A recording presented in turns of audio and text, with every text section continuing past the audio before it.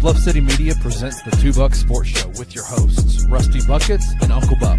Now, let's get to the show.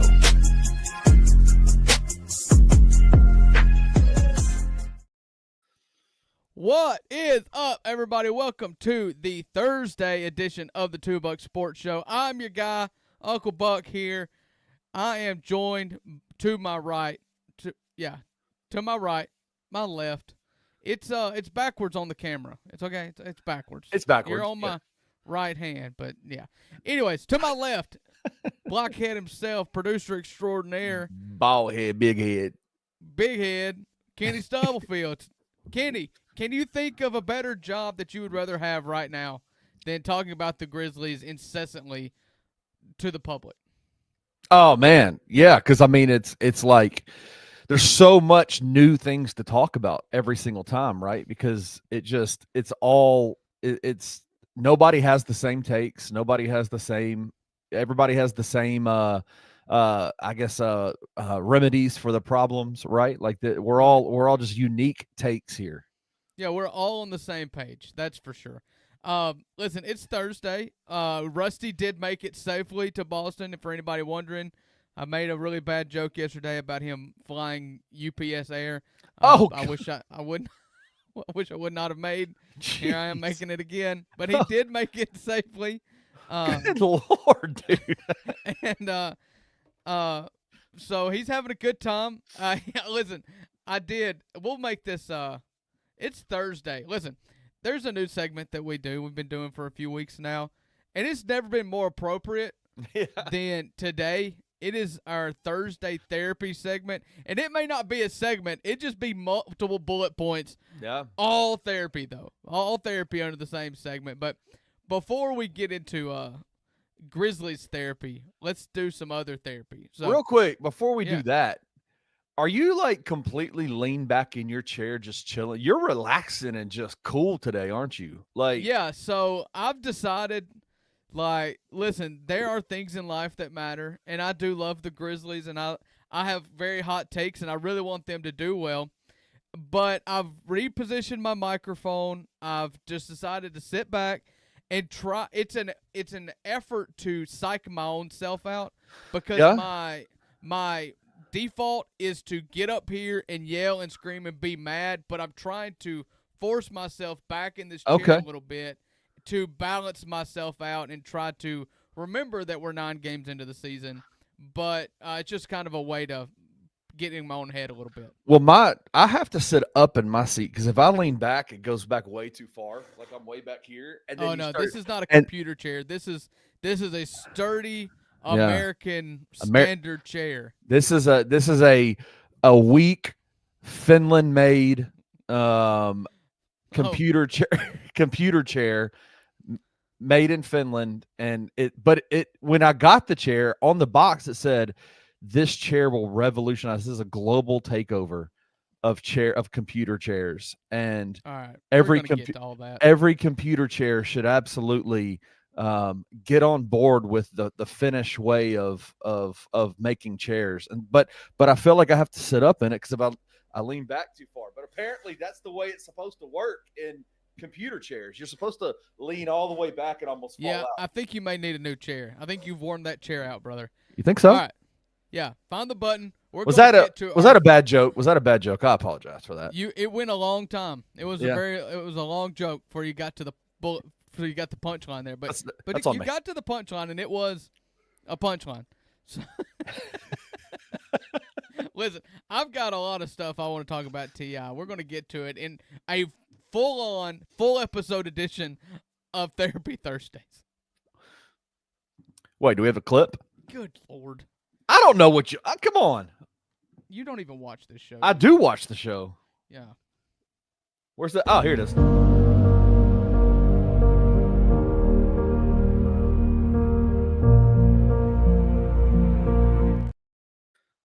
You left me hanging, bro. You left me hanging. I didn't know what to do. Normally that clip makes me sad. The difference today is I was already sad. And so it really just makes me want to, curl up in the bed and put on white noise on the Alexa and then just go to sleep. And hopefully when I wake up, the world has shifted somehow, and we're back happy again. So, Yeah. all Yeah. right. So, Therapy Thursdays. This is one of my favorite segments. I like doing it with you, especially because we share a lot of the same We do. activities in life, being parents and fathers of children. And listen, unfortunately, all I've got here is I just really want to commiserate about the Grizzlies. So please, if you've Okay. got anything, take my mind off of it. What's going on in your life? Um, we've hit that stage with my daughter. She's 13 years old, and she's amazing. She's an amazing young lady. Amazing young lady. I'm sure she takes it takes after your wife a whole Oh, lot. yeah, she is Tracy, part two. Like, I mean, she's Tracy 2.0. All the good parts of Tracy, and she has some negative. This is where the negatives of Kenny come out. Have you gotten to the point with your kids where every single time you see them, they want something from you? Like, and now her tastes are getting a little expensive. And it takes like, it's not just, hey, come outside and play. It's, hey, I need this from Sephora, or hey, I need this from McDonald's, or hey, I need this from Starbucks, or hey, Dutch Bros, Starbucks, Dutch Bros. What's Like, Dutch Bros? Dutch Bros is like the new hit coffee place. Ah. Okay, so no, unfortunately, I can't commiserate with you yet. My oldest is about to turn 11. Those days are on the horizon.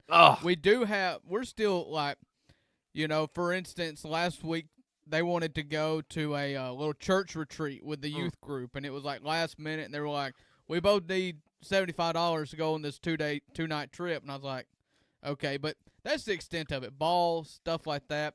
Yeah. Thankfully, they're not into their shopping phase yet. I do know it's coming. I It's remember coming. I was the oldest. I was the only son, and I was the oldest. I had a sister 2 years at my heels, and I held back a year.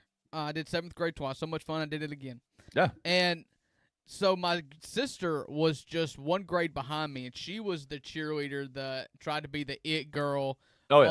All in that clique of girls that everybody kind of tried to keep up with each other. Just the prototypical teenage cheerleader kind of lifestyle. Every event needed a new outfit and everything.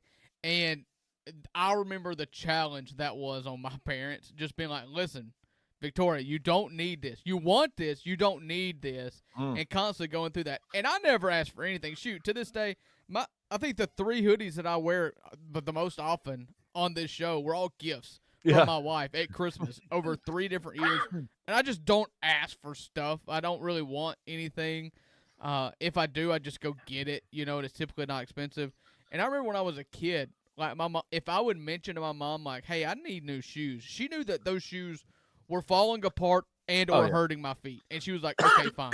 I'll buy your sister a new outfit for everything. If you ever ask for anything, right, we're just leaving right then and there, and we're going to go get it because it's a need, not a want. Yeah, and that's kind of what the way the family dynamic is with my kids. My son's the exact same way. He has very specific taste, but very rarely asks for it. Right? Like he uses stuff like he's got very specific things that he wants. But when he wants it, he needs it. It is crazy to me. Like, and I recognize it. It is what it is. But I woke like yesterday morning. I woke up early in the morning. Walked down the hallway, left my room, walked down the hallway. Sayla was up and she was laying in bed, about to get out of bed to get ready for school. And I said, "Hey, baby, how are you? Good morning. How'd you sleep?" First words out, I want a strawberry acai refresher from Starbucks. Okay. And I'm like, 2 of those 3 words I do not understand. Strawberry acai refresher. Yeah. If you have a child that likes Starbucks, you know exactly what that is. And I'm like, well, good morning to you too, you little snitch. That's a big pet. I've even get on to my wife about this sometimes. I come home and everybody's at home just kind of rumbling around the house. A lot of times Haley's, working on dinner and the kids are playing or whatnot. And I walk in the house and I've been at work, and I'm not going to pretend like I work any harder than anybody else. It's not what this is about. It's just like, oh, you're seeing me for the first time in 10 hours. Like, would somebody please just look at me and before, say hello? Like, yeah, like, can I get a hug from somebody, please? Like, I know all you people aren't like touchy-feely people, but I am. I'm the crier of the family. I'm the touchy-feely. Haley doesn't want to cuddle. I do. Yeah. I don't want anything more. I just want to, like, I just want you to like lay your head on my chest every once in a while and pretend like you love me. Like, could somebody please just give me a hug? That's what I say. I walk in the door, and my son, God help him, he's almost 2. He'll run and come give me a hug, and I look at my wife, and she'll grunt at me, and my oldest daughter will just be like, hey, like, get out of my house. I have to put up with your mom over here. You know, she contributes to this mortgage and groceries and everything else. Y'all be nice. Y'all be nice right to me. to grunt every once in a while at me when I say, "Hey, how are you? I love you," and she can just go, "Blah." Nah. Yeah, you, a 10-year-old girl? No, get out. Let's also. You've also impregnated her, and she's very pregnant right now. So like, this is all your fault. I give her that. I bake that into the equation of how mad I get. So. Yeah, like you for a good 9 to 10 months, there's like it's pretty much carte blanche. There are whatever benefits to this marriage that are very visually evident right now. All right. Woo! So yeah, okay, that lightened the mood a little bit. Now it's y'all ready to bring the party back down? Let's bring the party back down. Y'all ready to shut this bar down? All right, let's I'll hit the button this time. Yeah, hit the button.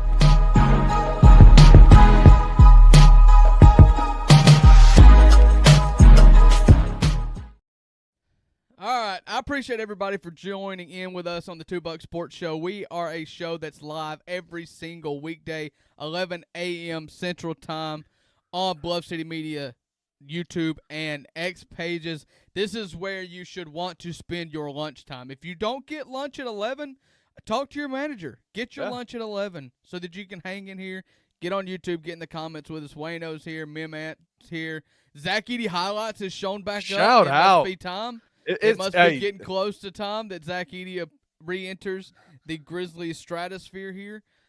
King Meeks, Jared, everybody is all here in the YouTube comments. So if you're watching on X.com or the mobile app, I would like to cordially invite you to come on over to YouTube, Bluff City Media's YouTube page. Get in the comments after you hit the thumbs up button and subscribe to the network. Then get in the comments and hang out with all of us.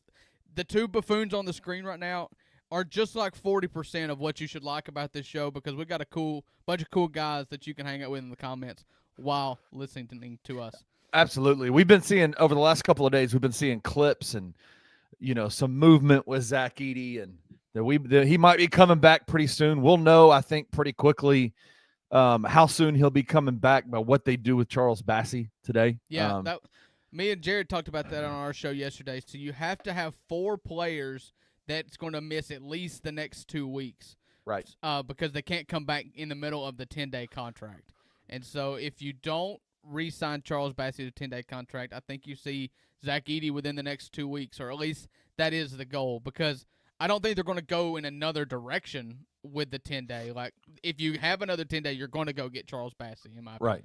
Well, the biggest sign that I've seen is Zach Edey highlights is back in the comment section on all the shows. So shout out to the bat signal right now. now. The bat signal has been lit. Did Zach send you an email or a text or whatever and say, "Hey, bro, it's time to come back out. Unfurl the show back up. Show back Lay up. the groundwork. He is John the Baptist, and here comes the Savior, Zach Edey. Here he comes, man. He's coming back. Here he comes, just laying the, just preparing the way for the big man from Canada to descend here into Memphis, Tennessee. So, all right, we're gonna have fun while doing this, but unfortunately, the topic is not great. Okay, so the Memphis Grizzlies lose. I don't even have the final score in front of me. It's by 12 or 14 or something like that. 124 to 109. They lost. 124 to 109. And lost by 15 to the Houston Rockets. And if you told me the Grizzlies were going to lose by 15 to the Houston Rockets, I would say, well, that's kind of what I expected. That makes sense. The Houston was coming in on a 4-game winning streak. They have the #1 offense in the NBA. and the Grizzlies just can't get on the right track. I mean, everywhere you look, everything goes squirrely, and Nice he job. came to make him the fisher of rebounds. Yes. Shout out, man. I love that. Well, listen, I don't think this is sacrilegious, and so let's just keep going with the puns here. I'll let you know when I feel like my line has been crossed. But a lot of times comedy is finding the line. Like, yes. you got to push it a little bit. So, yeah, please please go ahead and bring this on in. So, to me, the groundwork was laid for last night, and I was in a bad mood, before the game started, when DeMichael Cole asked Tuomas Iisalo about if he had been thinking about entering Cedric Coward into the starting lineup. And like all coaches do, the Grizzlies, more than most, basically, I think they only hire coaches that speak in riddle. And instead of, like, I was in engineering school. In engineering school, when we wrote papers, they didn't want the fluff and the adverbs and all the pretty writing that they teach you in English and lit and all that. It was like, to the point. If you can take a 3-page paper, make it a 1-page paper, great. The Grizzlies coaches are the people, like, in their senior year of high school who's taking English comp, and they're like, I've only got 3 paragraphs of good material, but this thing's supposed to be 5 pages. That's the kind of writing that the script writers make for the Memphis Grizzlies head coach, as Tuomas Iisalo goes on an absolute tear that had to last 45 seconds to a minute.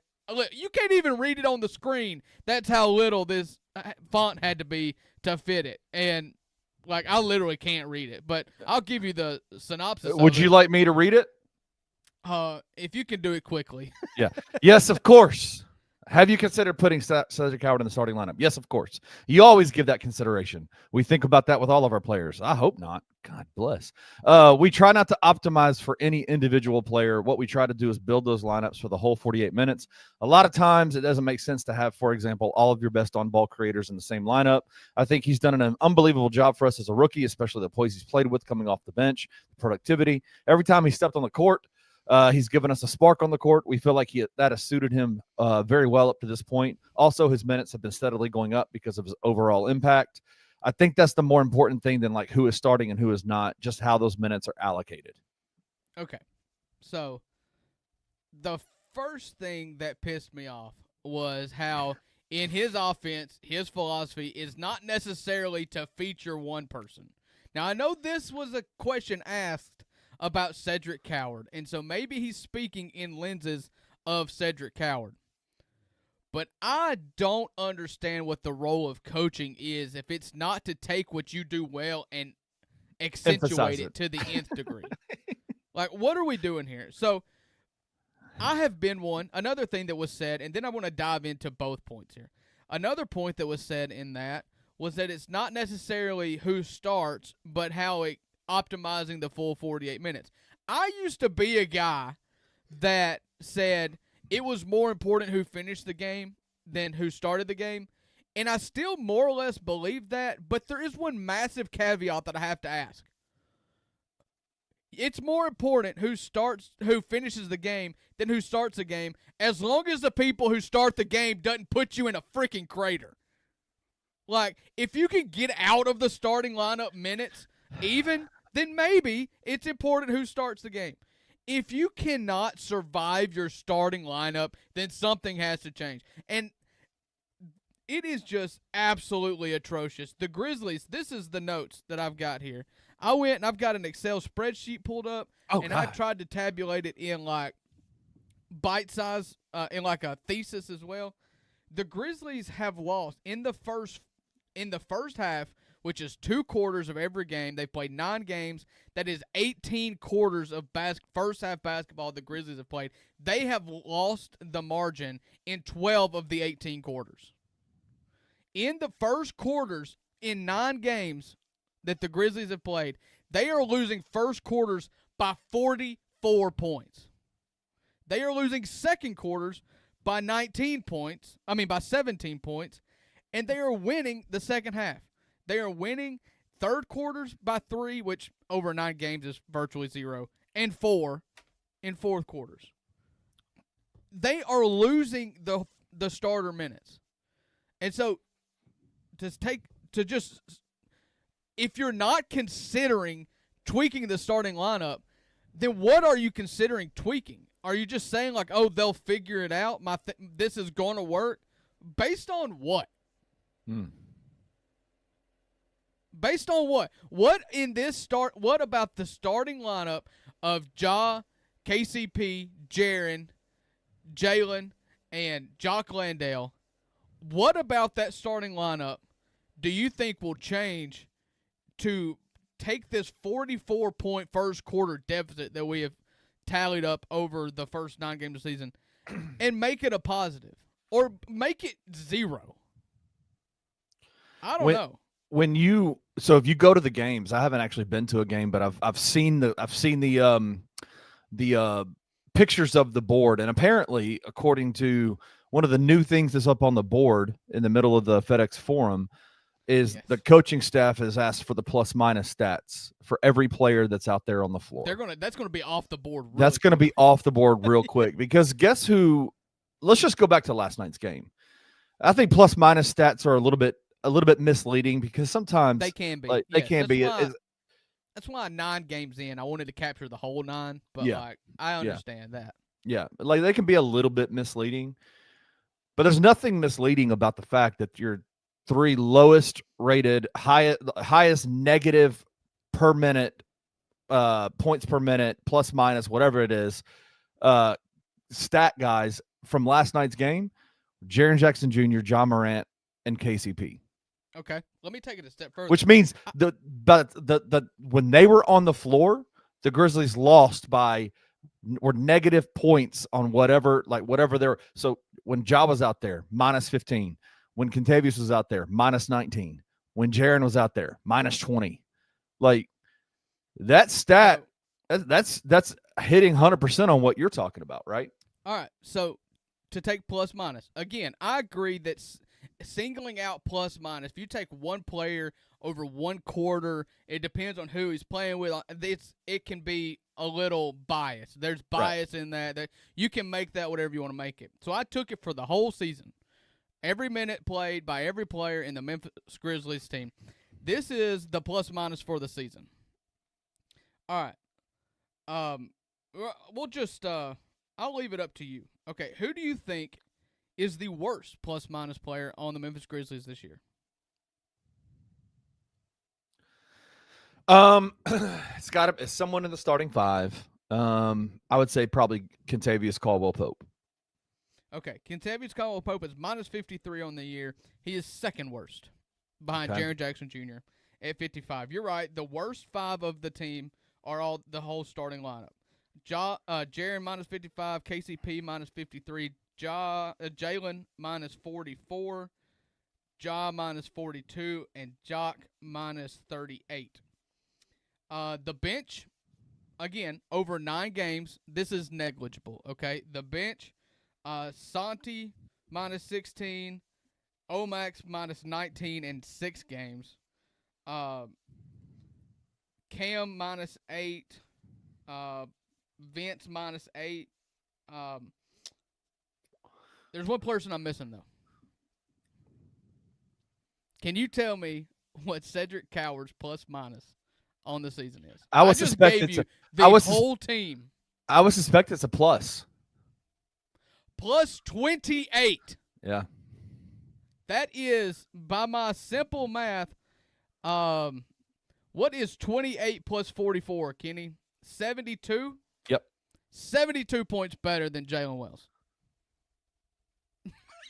I mean, I'm not trying to make something out of nothing here, and I'm definitely not trying to say that this is the end-all, be-all. Jalen's obviously playing lower than what he was playing last year. Maybe there's a bounce back.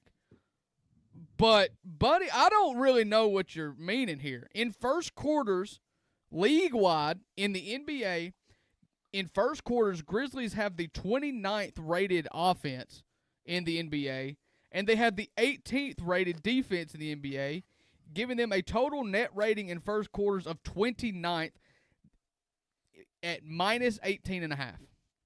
Yeah. And not often, I mean, sometimes these plus minus stats don't necessarily what you see on the court doesn't necessarily reflect what's in the plus minus stats. But it makes sense, especially like in some of the more egregious losses, the guys that are playing with energy and the guys that are making comebacks and the guys that are kind of taking the lead and shrinking it down to where it was like last night, like 5 points, 4 points, whatever it was, are the bench guys, the Cam Spencers, the Cedric Cowards, the Santi Aldamas, those guys. Then immediately, almost immediately, like the LA Lakers game on Halloween night, right? They were up by 14 going into the half after Cedric Coward, Cam Spencer, John Conchar. Who was the other? Was it? I forgot who the other two were.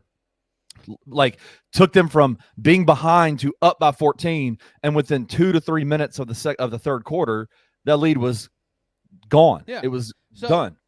Baked into this, Cedric Coward is not 28 points better than 0 in his plus minus because he scored 28 points. It's because everybody plays better with when he's out there. Cedric Coward, and that to me has been obvious since day one. I've talked about it on other shows, podcasts. I've talked about it on other networks with my friend from Detroit who had us on to preview that game. Like I'm giving you tangible here. There are intangible things that you watch on that game when Cedric Coward is on the court. There is hustle. There is fire. There is grit. There is try hard. I think Ja tried hard last night. No, he didn't seem happy, but he was going after it. He was going after rebounds. Yes. I thought Ja was fine. I don't know why the shot's not falling, but hopefully that turns around. But I thought Ja tried hard last night. I thought the energy that Ja gave in the game yesterday was much different than what we've seen in the last two. There is no one. If you're like looking at it like a graph, like a line graph, and across the x-axis is like how hard are you trying, and then along the y-axis is like how much it helps. Like Vince Williams Jr. goes the wrong way. When he tries the hardest, things go bad. Yeah. Cedric Coward, as he tries harder, the team gets better. Okay, yep. Like there is just such a innate quality to him, and that it's intangible, but it leads to tangible results. He is the only player on this team who is 3-6, 3 games under 500, that somehow is 28 points better than the opponent when he's on the court. Do you think that, like, if you did you get to watch the game last night? You got to watch most of it, right? Okay. Yeah, I did. When you left that game, when you stopped watching that game after watching Cedric Coward play, would you have suspected that he was 2 for 10 from the field last night? No, and that's the thing. His floor is so high.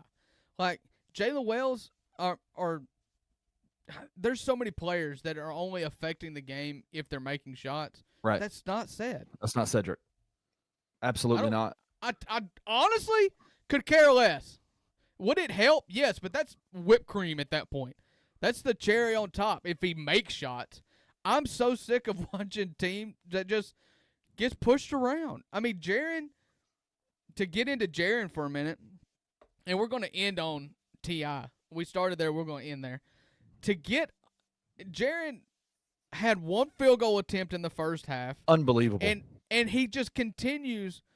Anytime he puts the ball on the floor at the block, he gets it swiped from him every time. Like, he just can't dribble in traffic. He's constantly getting he's constantly getting picked down low. And I was listening to just a small snippet of a show right before I came in here and sat down, and Mike Wallace was talking about, like, back in the 90s and those big men, what would happen if like Shaquille O'Neal had 1 field goal attempt in the first half. He said there would be rearranged furniture in that locker room. Yes. And Jared's just not that guy, and I've criticized him over and over about that. And honestly, we criticized Marc Gasol about not being more vocal and demanding back in the day, that he was just going to be a guy that fits in despite being one of the better players on the team. Jared Jackson Jr. has got to go bang some skulls together. Like, the whole low T superstar, I have no business for. I believe that you cannot be a superstar in this league without having an ego.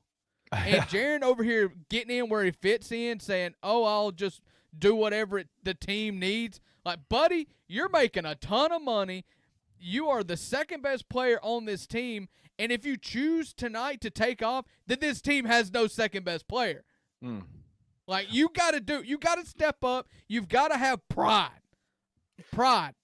How much of that, though, falls back in line with T.I.'s? Because the conversation he had with the press before the game about the minutes distribution of Cedric Coward, starting him what or not, that was in a vacuum of talking about the minutes thing. But when I saw that quote, it was he stopped a sentence, started a sentence, and ended a sentence, and in that middle, in that sentence, it said, "We don't optimize, like, we're not in the business of optimizing player, like, for one specific player." Yes. When I read that, I took that not just as a minutes thing, I took that as a game plan, schemes, everything, like schematics, the way that you play on the court.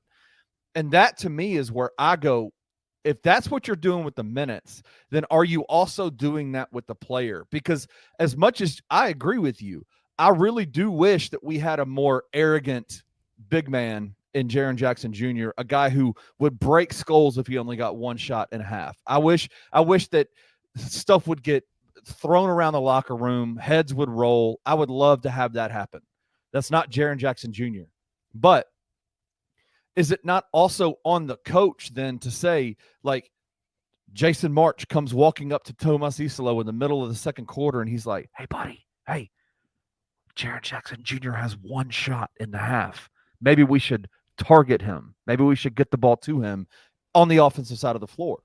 There's what it feels like is that, yes, you know that your superstar, elite, talented big is somebody who's not going to break skulls in the locker room during halftime. Maybe as the coach, you say it would be a lot nicer if we had Jaren Jackson Jr. in the paint, in the post, whatever, taking shots, than having, let's say, Jalen Wells or Kentavious Caldwell-Pope consistently shooting and bricking shots. Yeah, but I don't know if that's T.I.'s philosophy or not. I don't know that T.I.'s bothered that Jaren Jackson Jr. is not forcing shots. I think Jaren is like, okay, if I've got to get a shot, I've got to force a shot, and that's not the offense. I'm scared we've got another freaking communist offense.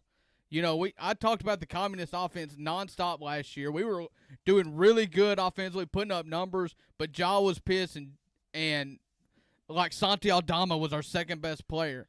And I was like, this isn't sustainable.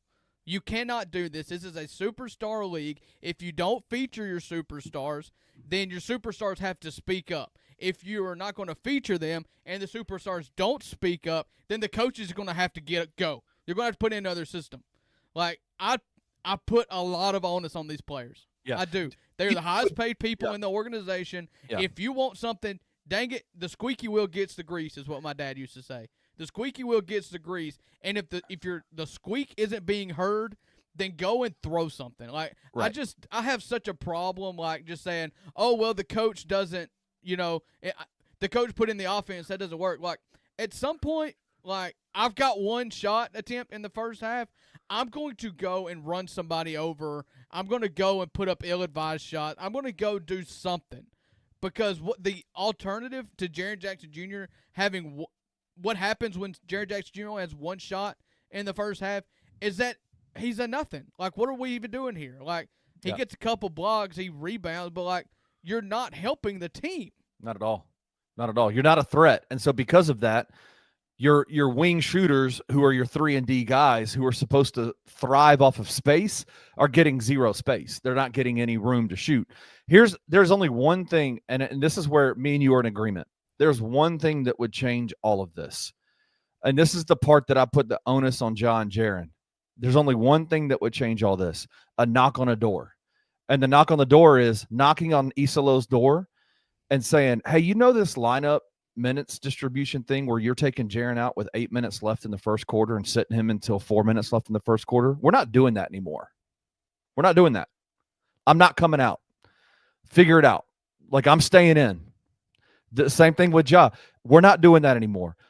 Oh, we're only going to get – no, I'm going to take 10 shots in the first half, or I'm going to take 12 shots in the first half. You're going to post me for the first 6 plays of the game. That's what you're going to do. Yeah, you're going to set screens roll. That's the thing that would change this. Those guys can absolutely – but the problem is that you have Jaren, who doesn't seem to really be that up in arms about the fact that he's not shooting the ball more.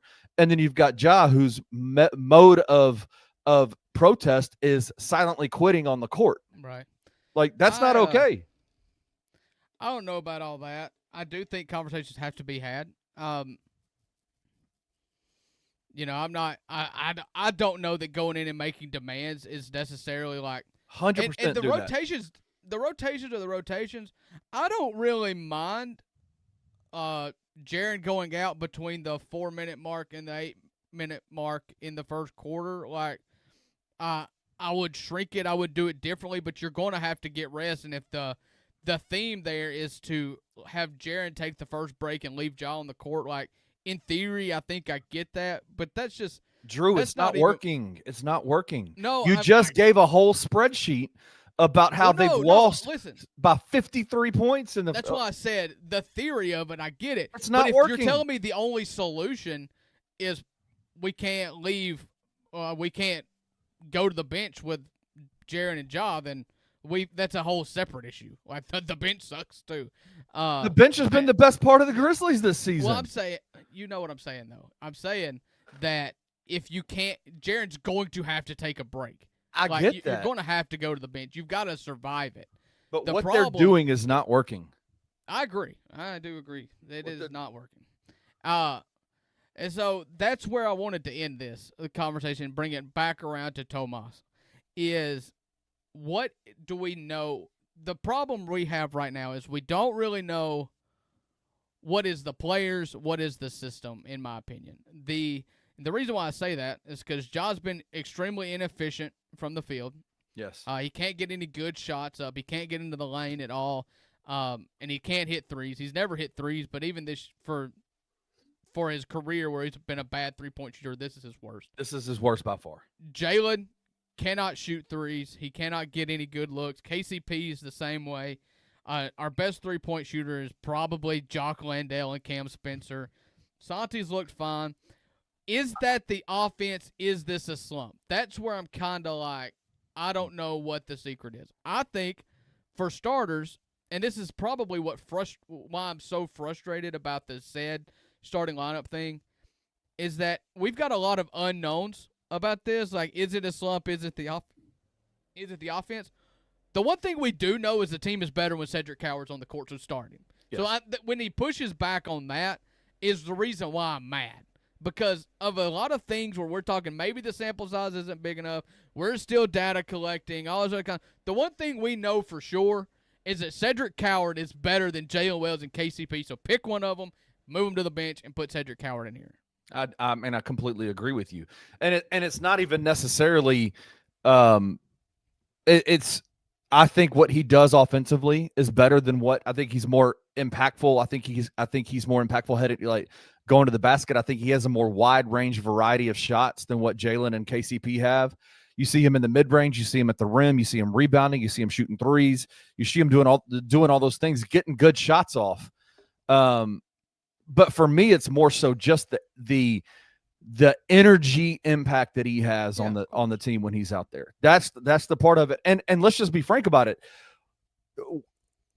Cedric might not be the answer, but he's at least an option, right? Like, you've got to do something. Like, this is not working. You asked if it was a slump. You asked if it was that when everybody is shooting the worst they've ever shot, or nobody's making shots, everybody is struggling, then is it a slump for everybody, or is it something needs to change? Like, this lineup is not working. This insert this player, subtract that player. It's got to be there's only a few small things that a coach can impact in a game. And one of those is who's out there playing with who. Listen, you've got to start the game better. You've got to start the game Have to. better. Have to. And and it's a shame, but it's just true. It's a shame that the thing that sets Cedric Coward apart over the starting lineup is that he freaking tries hard. Like, what world is this that we're living in? Like, that he tries hard is his biggest pro.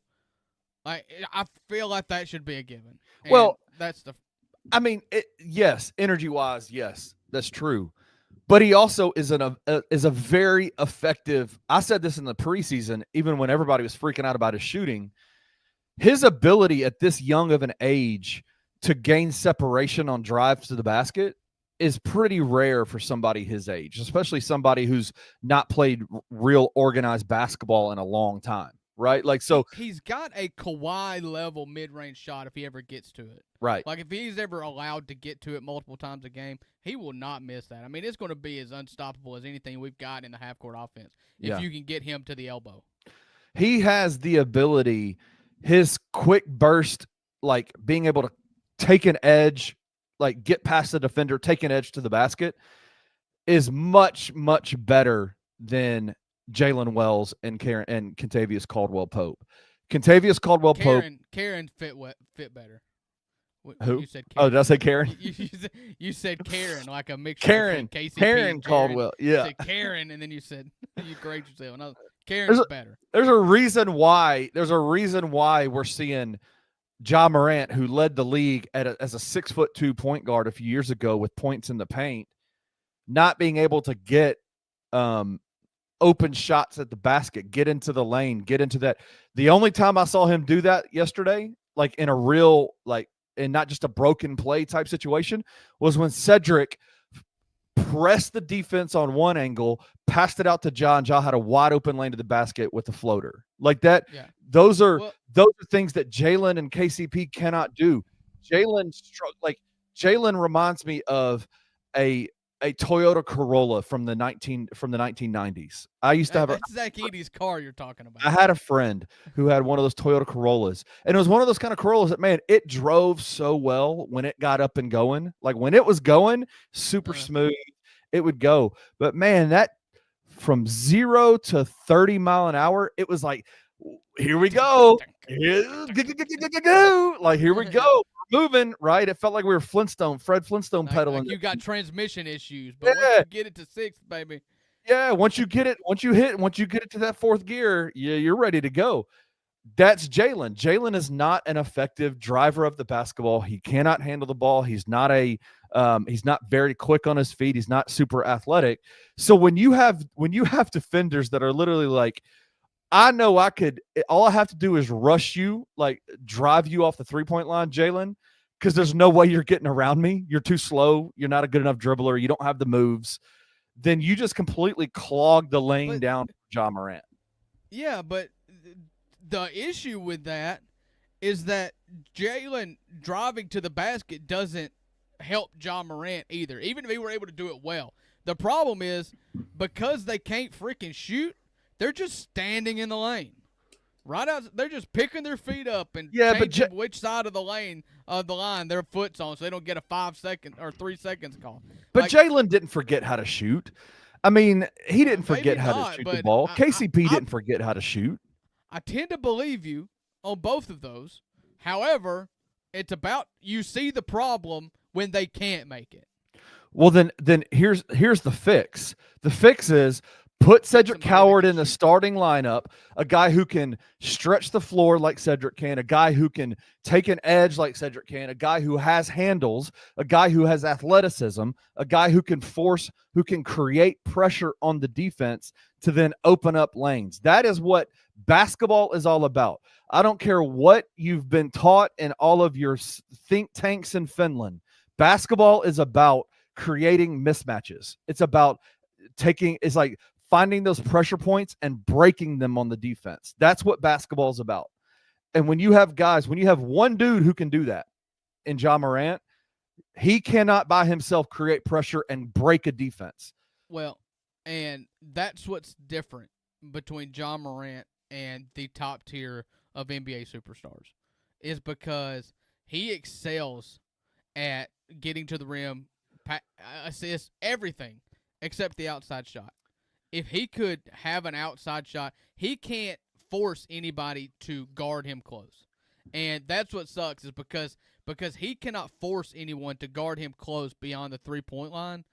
Everybody can just sag off, and it becomes of utmost importance that Jalen and Jaren and KCP and Ced or freaking Jock Landale or Cam Spencer, somebody that's standing there on the wing has to make a three. And if not, you just don't have an offense. And this is where a return of Zach Edey really helps too. Because as much as I think I want to see Jaren setting picks and setting screens, I think that's a natural. He sucks at it. He's not good at it. He doesn't help create separation.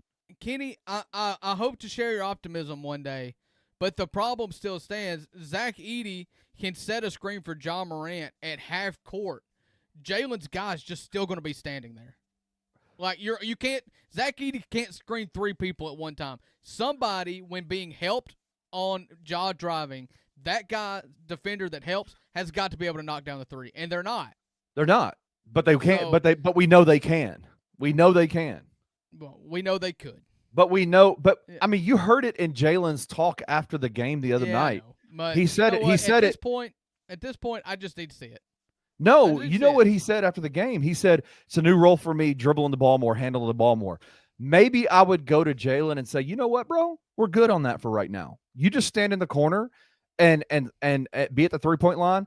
Let Zach and Ja work. Let Jaren get in that dunker spot. Let Ced be the ball handler on the outside. You stand in that corner and just you stand 3 and D, shoot the 3 ball.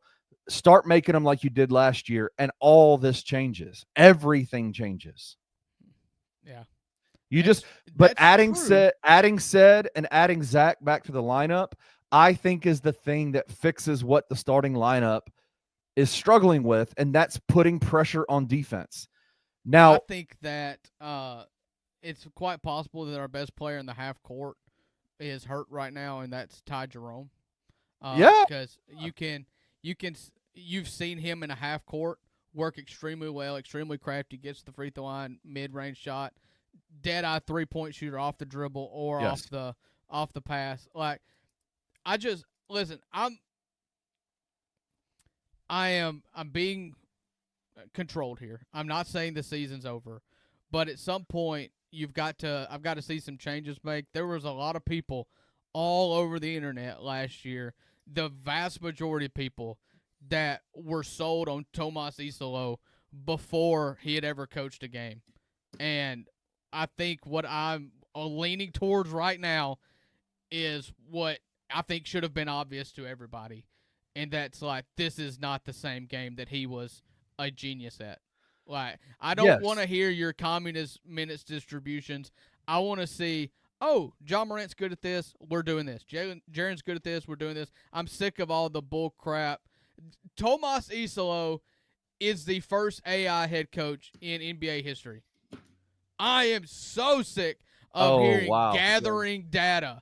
Like, what are we talking about? Computers can figure this out, can figure out trends by the second.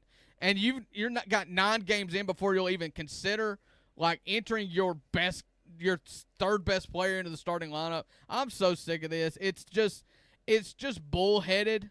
It is somebody that's absolutely convinced that what they're doing is right. And by God, I hope it turns out to be right. But it was obvious after the first game that Cedric Coward was arguably your 4th best player, and he's not starting games, and you're losing minutes with your starting lineup. Like, I'm starting lineup is the worst starting is bottom of the league in production right now. So again, I agree with you. There is not a single, like, as much as I know you were batting down the hatches on this is a player's game last year. TJ is not he's being put out there as the scapegoat. I understand where you're coming from. I don't think there's anybody in their right mind that is looking at this situation and saying what Tuomas Iisalo is doing with this team right now is sustainable. It's not sustainable. Is he bullheaded enough to continue down this path? well, then it's going to be sayonara very quickly for Tuomas Iisalo in the You know what? NBA. And the sucky part of that is because I played that out in my head this morning, and I was like, if the best move for this team is to, and I'm not saying it is, I'm saying if, for anybody who's pro this, if the best move for this team turns out to be definitively that you have to fire Tuomas Iisalo, you know what sucks? You know who gets the blame for that? Ja Morant. Ja Morant does. And that sucks because this will be, in my opinion, it should be a fireable offense for Zach Kleiman. The way, because you will have lost 2 seasons based on the shenanigans you pulled last year. I said this last night on the post-game bounce. Like, that's why I think this Tuomas Iisalo experiment will go on extended periods of time, because Zach Kleiman put all of his chips in the basket of Tuomas Iisalo. Like, every single chip that he had left is in the middle, betting on Tuomas Iisalo. And so I don't think you're going to see him make a rash decision and say, okay, we're getting off of Tuomas Iisalo.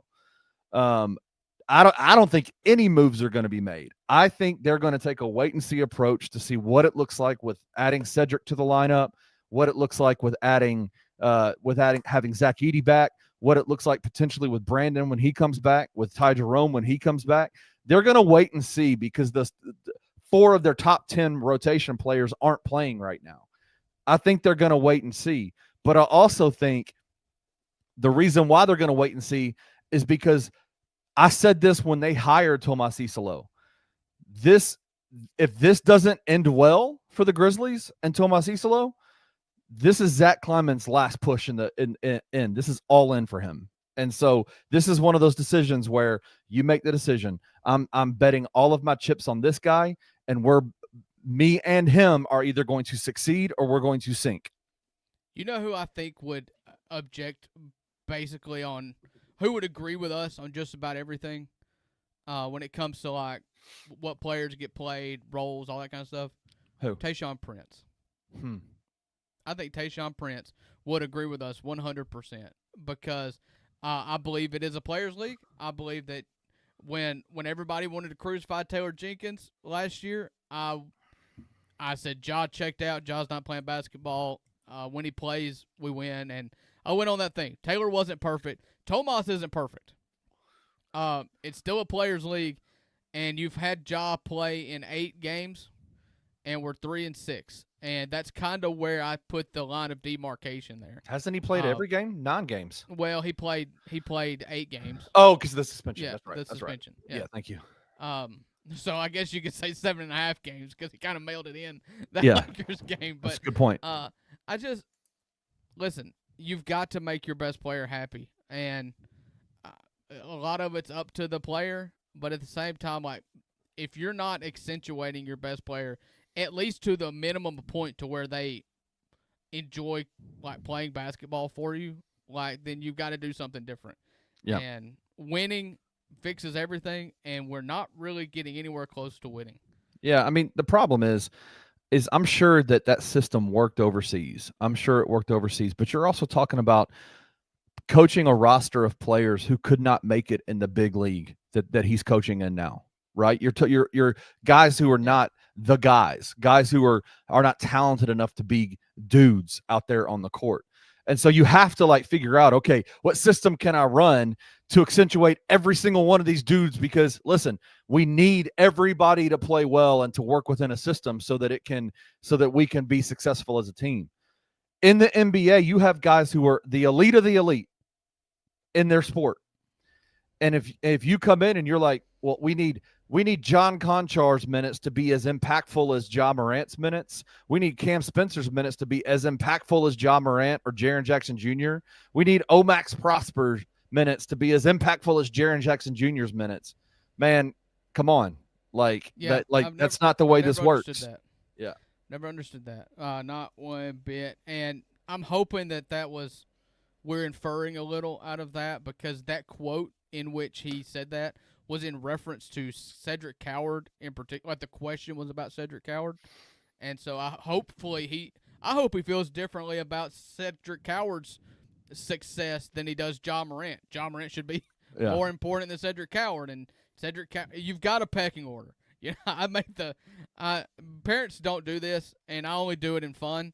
But I'll tell my kids all the time, like, oh, you're moving up the list, or you're moving down the list, you know, of dad's favorite kid, you know, based on your – and that should be the case in basketball. Like, there's a hot hand approach here. There should be some feel. The reason why I think that Tuomas Iisalo, the most damning evidence I can give that he is AI, is the fact when you inject some variable that he doesn't understand, he just kind of freezes up, and that's the reason why he refuses to challenge calls. He's like, the processor just doesn't, like, speed up, and you inject this thing like, oh, maybe a referee makes a bad call, I can do what? And then they're shooting free throws, and you haven't hit the green button yet. Like, I don't – like, there's just so many – 9 games in that green that Taylor Jenkins did well, it was challenge calls, which is not enough to keep anybody hired. But dang it, I could fire somebody over refusal to challenge calls. Wayno said, "Let's not do the NBA Euro BS, please." What was BS about what I said? Listen, I don't doubt that there's levels to this, but there is, in my opinion, there are a more uniform level of athlete in Europe than there is in the U.S., where in Europe, it's, you know, your players' abilities is probably, you know, along this. Where in the NBA, it's like, okay, you got role players, freaking LeBron James. And then, you know, it's like, and you do just have to get in where you fit. That's why I hated the communist offense last year. It's like no reason why we should have the beneficiary of this offense be Santi Aldama in a career year. Like, really, is that who we're really supposed to the offense should not make Santi Aldama look good and make Ja Morant look bad. This is the same conversation we were having last year. This is hilarious, and Except this year, nobody looks good. Nobody looks good. So, that's the problem. Yeah. Like, Jaren was an all-NBA player last year until he had his ankle injury. Like, Jaren looked awesome last year in the offense. I agree with you, Eat Crab. This is a lot of putting words into people's mouths. Like, that's why I said Speaking of things I like to put in people's mouth. Crab, baby. Eat crab. Yeah. You own a restaurant, don't you? He's like, speaking of, I can put food in your mouth. I agree. Like, this is a lot of what I'm saying is me putting words into Tuomas Iisalo's mouth. 100% agree with that. I don't know. I kind of feel like he said those words. Yeah, I mean, what he was talking about I'm not in making that up quotes. What he said, it's when you take multiple different things and then you see the play on the court and you go, okay, he said there's a global invasion in basketball, and basically there's things that they've been trained to believe that the more minutes gets them more rhythm, and I disagree with that, and they're going to have to get on board. Like, that to me is you take that and then you say, we're also not about optimizing specific players. And I go, well, then clearly this offense is not about optimizing specific players. They're not optimizing Ja Morant, or they're not optimizing Jaren Jackson Jr. They're not making the starting lineup look the best it can by putting Cedric Coward in. Like that. Oh, Jared, he's so wild. This is not a Europe versus United States thing. The best players in the NBA are European. Like, this is not a American players versus foreign players. Those European players, with the exception of Jokic, which is just a freak and all, like, they're featured heavily in their offenses. There is no player in the NBA with a higher usage than Luka Doncic. Yes. He's got the ball in his hand. Like, that's not what I'm saying. And by all means, if it works, great. We'll bring, Finnish people over here all the time. This is not I'm an American excellence guy, but that's not the argument I'm making on this. No. Like, I want to win. I want to win. And dude, I'm sorry if you think that, like, not featuring Ja Morant, like, not an offense in which Ja Morant's unhappy with is best for you, that I just abhorrently disagree. Dude, if it just so happens that our two best players are American, right? Like, they're American-born players. Like, false.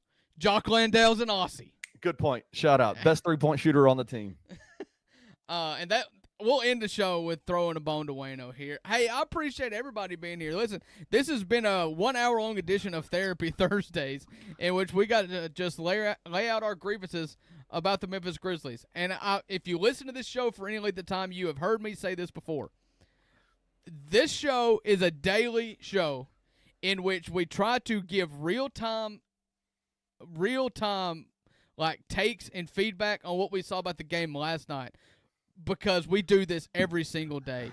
We also try to capture the big picture at the same time. But when you talk every day, you do have things that you're going to go up and down with this show a lot, because we talk about this every day. So we do keep the big picture in mind, or I try to, and I think that we are a win away from our conversation changing next week. If we can get a win against Dallas on Friday night, this all could change. But right now, after Game 9, in which you fell to 3-6, I don't have much good to say. It could all change, and I will happily change my tune. And I'll say this. The team looked better last night. They played with more energy. Everybody played with a little bit more energy. There was just a few things that I was like, maybe that should change. Jaren Jackson Jr. getting one shot in the first half. Like, come on, man. Yeah. Jaren, bump some heads together. Can you imagine break what would heads happen if Jaren Jackson Jr. just, like, I think there'd be a standing ovation. Or I would drive to Memphis and give him a standing ovation if he ever did it, at least. If, like, Jalen and KCP are fighting over who could shoot the most shots, and Jaren's got one, and he decides to just go up and grab both of their heads, like Dumb and Dumber style, and pop them together. Just like, you guys stop. You guys fight. You guys fight. You can fight over there. I'm getting the next shot. Give me the freaking ball. And this team, Zach Kleiman, I tweeted it out in the middle of my misery yesterday. I went back and found the Zach Kleiman quote about needing more dogs, and I just quote tweeted and said we have the same amount of cats. That's just kind of is where it is right now. I need to see some fight. I need to see some shots being made. Shots made can change everything. So appreciate everybody. That's what I said. Appreciate everybody joining me and Kenny today on the $2 Sports Show. The comment section was fun. I like it when there's a little discourse in the comment section. That means people care. The worst thing that a fan base can be is apathetic, and that just means you don't care. You go from mad to apathetic, and so if we're mad, we're still good. We still care. You don't want to lose your care. So I like to see the comment section going off, even if we don't agree with us. Wayno, we can talk in the group chat. I love you. Wayno's the homie, man. Like, if we can't argue with Wayno, then what are we doing here? Yeah. So we will be back tomorrow on the $2 Sports Show for a Friday edition of the show to preview the game against Cooper Flagg and the Dallas Mavericks tomorrow night, as well as what's going on in the weekend, college football, everything else that's going to go on. So check back with us tomorrow. Here in an hour, you can come back to this network, but I would recommend never leaving to check out the Anthony Sain Show, 1 o'clock here. And so that's going to do it for today's show. Appreciate you, Kenny. All right, man. Good to see you, brother. Good to see you. Thank you, everybody, for tuning in again. Give us a like if you haven't already. Share it with your friends. We'll be back tomorrow. Thank you for listening to the $2 Sports Show. If you enjoyed this episode, leave a rating and a review wherever you download your podcasts. Also, like and subscribe to Bluff City Media's YouTube page. We'll see you back here next time.